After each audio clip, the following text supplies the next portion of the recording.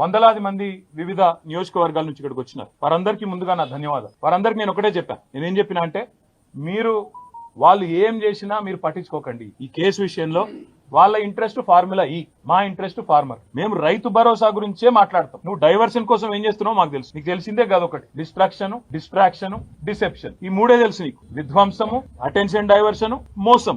ఇది కాంగ్రెస్ నైజం. అందుకే నేను అనేది, ఇవాళ రైతులు 70 లక్షల మంది రైతులు ఎదురు చూస్తా ఉన్నారు. మాకు ఎప్పుడు వస్తుంది రైతు భరోసా? కేసీఆర్ సార్ 12 సార్లు ఇచ్చిండు, చిట్టినాయుడు గారు ఒక్కసారి కూడా ఇవ్వలేదు.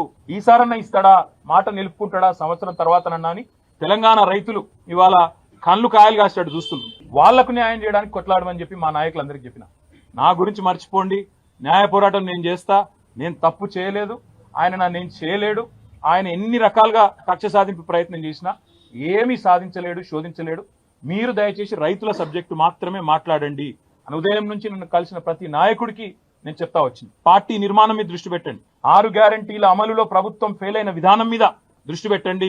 ఖచ్చితంగా ఈ అటెన్షన్ డైవర్షన్ గేమ్ ఏదైతే కాంగ్రెస్ ప్రభుత్వం ఆడుతుందో, కాంగ్రెస్ పార్టీని, చిట్టినాయుడిని పూర్తి స్థాయిలో వాళ్ళ బండారాన్ని బయటపెట్టి మరి బజార్లలో ప్రజల ముందు ఎండగట్టండి.